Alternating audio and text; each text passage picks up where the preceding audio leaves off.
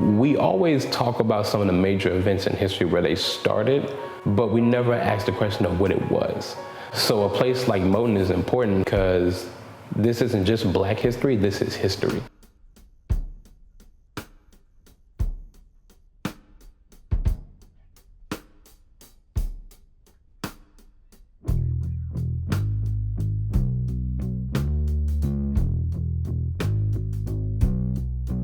Well, the museum was inspired by Barbara Rose Johns, who led the student walkout. She led a student-led walkout, called an assembly right in the auditorium just to talk about what was going on because she had enough of everything going on. It just, it wasn't equal.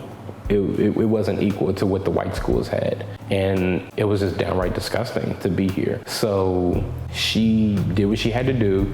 Then the state of Virginia practiced massive resistance. They just closed all the schools instead of giving Black students better schools. But later in the 60s, the Griffin Amendment was passed.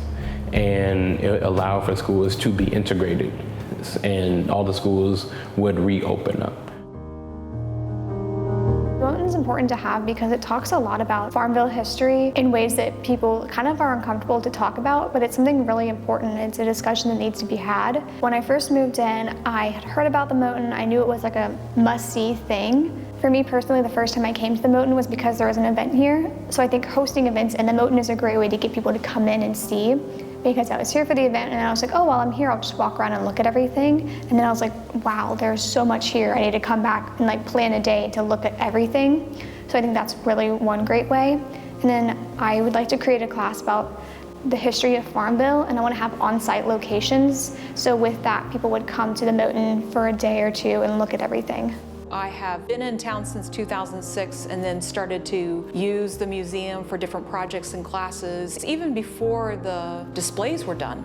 So the Moton in the very beginning was an empty building that still had classrooms set up. That was a space really of dreams and intentions until it grew to have the kind of support that could necessitate a museum display like this. So I have really come to understand the Moton as sort of an educational hub. For me, it's a space and content that I bring into my classrooms, whether I'm teaching rhetorical criticism, for example. I brought students here to talk about how the displays use word and image and color and design in order to promote the message or various messages that they've gotten or a visitor would get. I have used it in my capstone general education classes to help students think about ways that they could support the community, understand the community, do activities or actions in the community. I came here for a class. My political science class had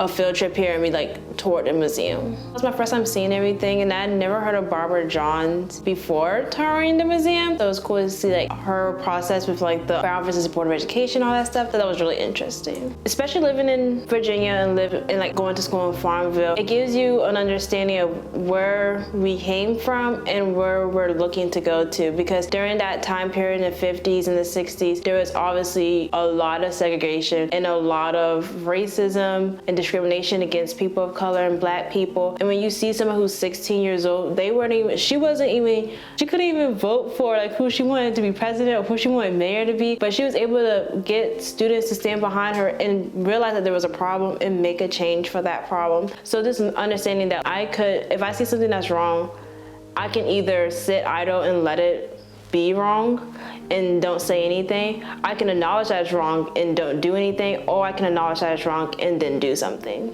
Something that I learned from being at Moton is that life will always surprise you. It'll surprise you with opportunity, connections, as well as personal growth, and is experience. Not experience in the terms of growing myself, but experience and understanding that life has happened. Many people were affected by it. My history with the Moton is a lot of my aunts and uncles went here, and during that school closings, I know quite a bit of them. After the schools were opened back up, you were grown men and grown women at that time, and how my family worked at that during that was everyone worked. You worked, you provided for the household, no matter how young you were and how old you were. And I know my older aunts and uncles and cousins were always pushing education for like my time, when like people, for me, in my age bracket, in my family, to go to school, to get that education, because they know what it feels like to have it taken away instead of you just choosing not to go and be a little bit more educated. I think there are so many ways to educate the student body about the Moton and the Moton's purpose and missions and things that they're trying to teach everyone about. Promoting students going and visiting, maybe like on the New Lancer days, telling students and reinforcing that idea that the Moton is a must-see, something you should definitely go do before you graduate. So at a predominantly white institution such as ours, it's important for us not to have separate spaces where we just go, and here's the African American literature, and sort of separate out those issues and drop them in a largely white agenda. What happens when they come here is that it is an educational space that they spend a number of days in, and it is seen as American history, not Black history. This is American history, not Farmville history, or not only Farmville history. It's community history that's part of American history. I'd love to see a course that's required of students to understand their backyard. So we call this place-based learning. And I think it's really important for students to understand the skills and the processes it takes to understand the environment that you're in, not just on campus, but that's around you. So Farmville and the Moton allows them to do that. But that also helps them explore the public memory that they have been a part of, maybe at home, or that they maybe need to help to write in terms of history because of the knowledge they have from their own home. I feel like more teachers should do what my professor did. Let us do field trips here as a class. I feel like clubs can do events there. I feel like having events there will bring more traffic, at least know about the building in that aspect, and hopefully we'll come back to learn more about the history.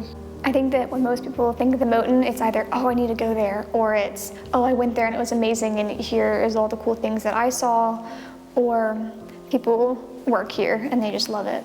Something I love about the Moton Museum is the flow when you're walking through, and how it advances with time as you're going through each room, and how big the pictures are. It's just a really beautiful space.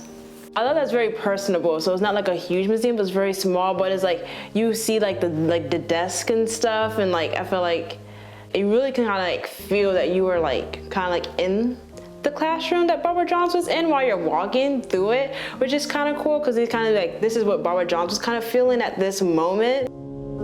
Museums by nature are educational spaces, but we usually go and take a day to visit one. You'll go to Richmond, and you will visit one, and then you'll go out to lunch. But the importance for me as an educator is that we come here and see it at length. We inhabit this space. So we might spend a lot of time in that classroom really understanding then what educational spaces were 60, 70 years ago, and what the citizens needed to do in order to make it better for all.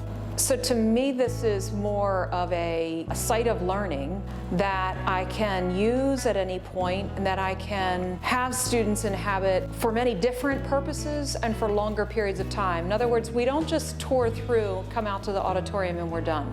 We can spend more time talking about how this happened, how students reacted, what did it take to put together a committee that let us strike?